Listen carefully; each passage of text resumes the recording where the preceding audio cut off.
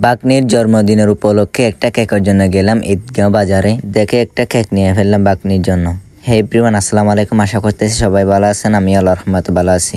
বাসা থেকে বাহির হওয়ার পর পেয়ে গেলাম একটা টমটম গাড়ি। এ নিয়ে চলে যাচ্ছি আমার গন্তব্য ঈদগাঁও। যাওয়ার সময় আমার গ্রামটা কি সুন্দর দেখেন। আসলে গ্রাম জায়গাটা অনেক সুন্দর, যেটা আপনারা উপভোগ না করলে বুঝতে পারবেন না। গ্রামের সৌন্দর্যটা আমি আপনাদেরকে বলে বোঝাতে পারবো না। আসলে যারা গ্রামে বসবাস করে তারাই জানে গ্রাম কি রকম। দিন দিন পেস্টে কালো হয়ে যাচ্ছে রোদের কারণে। যাই হোক, যাওয়ার পথে আপনাদেরকে দেখা দিচ্ছি আমাদের ইসলামাবাদ রেল স্টেশনটা বাহির থেকে ভিউটা কি রকম দেখেন।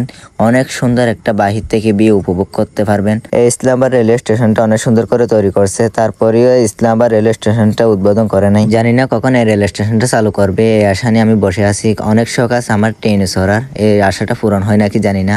আপনার সাথে কথা বলতে বলতে চলে আসলাম আমাদের পদ্মা সেতু, যেটা বাসগাড়া ব্রিজ বলা হয়। আমি জাস্ট মজা করে পদ্মা সেতু বলে ফেললাম, কেউ সিরিয়াসলি নিয়ে না। বাসকাটা এই জায়গার মধ্যে অনেকগুলো ফার্নিচারের দোকান রয়েছে। এখানে বিভিন্ন ধরনের ফার্নিচার পাওয়া যায়। যদি কারো প্রয়োজন হয় তাহলে আসতে পারেন। আর আমাদের ঈদগাঁও বাজারের মধ্যে সবসময় একটা জ্যামই থাকবে। যখনই আসবেন তখনই একটা জ্যাম পাবেন।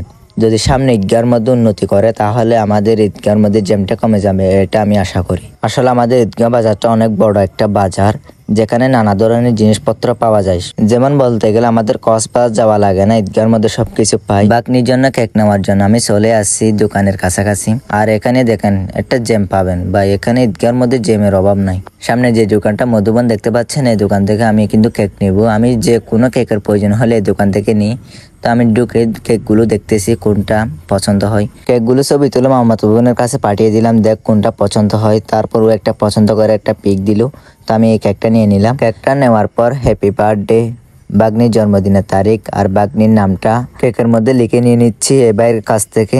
সবকিছু শেষ করে কেক নিয়ে বাহির হয়ে গেলাম, বাসার দিকে চলে যাচ্ছি এখন। তো গাইস, আপনাদের সাথে পরবর্তী একটা ভিডিওতে দেখা হবে।